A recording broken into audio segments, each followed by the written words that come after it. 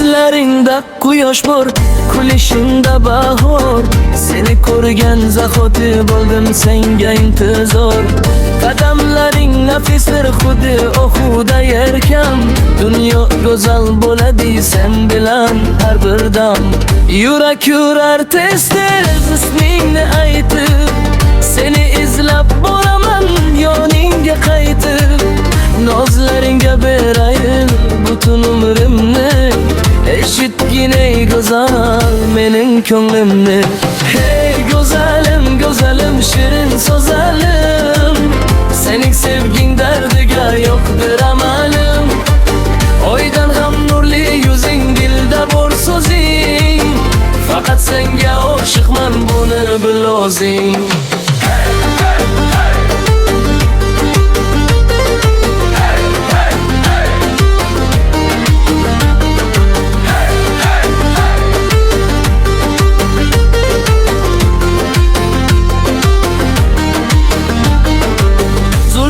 Shamolda o'ynar aqlimni olib, qalbimda qolding mangu bir surat bo'lib.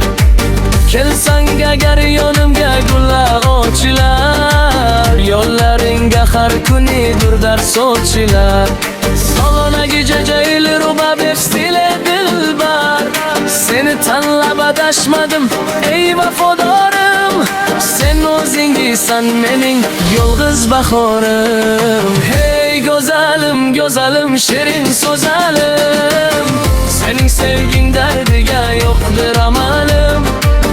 Oydan ham nurli yuzing, dilda bor so'zing, faqat senga oshiqman buni bil o'zing.